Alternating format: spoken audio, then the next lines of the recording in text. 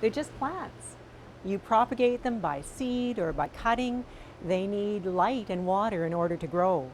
But this crop is cannabis, and if I were to plant those seeds, I'd be breaking the law. With the new mandatory minimum sentences that have come into effect, this many plants would get you, if it was your own home, at least 6 months, minimum 6 months in jail, automatically. And if it was a rental accommodation, 9 months. My tour guide is Mik Mann, a Port Alberni resident with a definite green thumb who has a permit to grow and possess specific amounts of medicinal marijuana.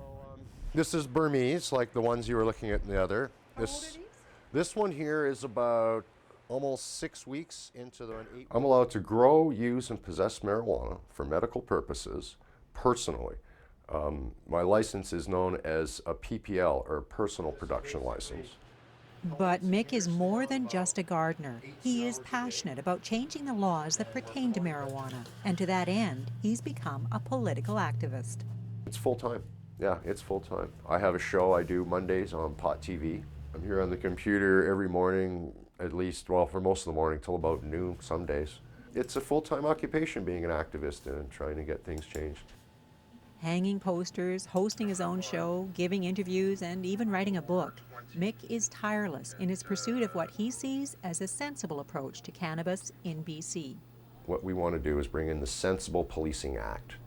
Now, quite often our provincial politicians tell us when we talk about legalizing marijuana, there's nothing they can do, that's Ottawa's issue. But in fact, there is something we can do. The Attorney General of this province can direct the police in the province on what to make priorities. And if he says that we are no longer going to be arresting or harassing or spending any time or resources bothering adults for simple possession of marijuana, we can do that. Sensible BC is lobbying the provincial government to make these changes, but they're also appealing directly to the electorate. Well, what we're going to do is we want to bring in a referendum, much like we did with the HST and got rid of that. And we're doing these public forums to educate people. And Dana Larson, who ran for the leadership of the BC NDP recently, you may remember him from that. He's the speaker. He's the person behind the Sensible BC program. It will take a massive effort to effect a referendum in 2014, and Sensible BC is working now to raise the awareness necessary to make it happen. We believe it'll be a safer province if this law is adopted, and like the name says, it's sensible. The Sensible BC Forum is being held in Port Alberni on December 6th at Shaw's Landing.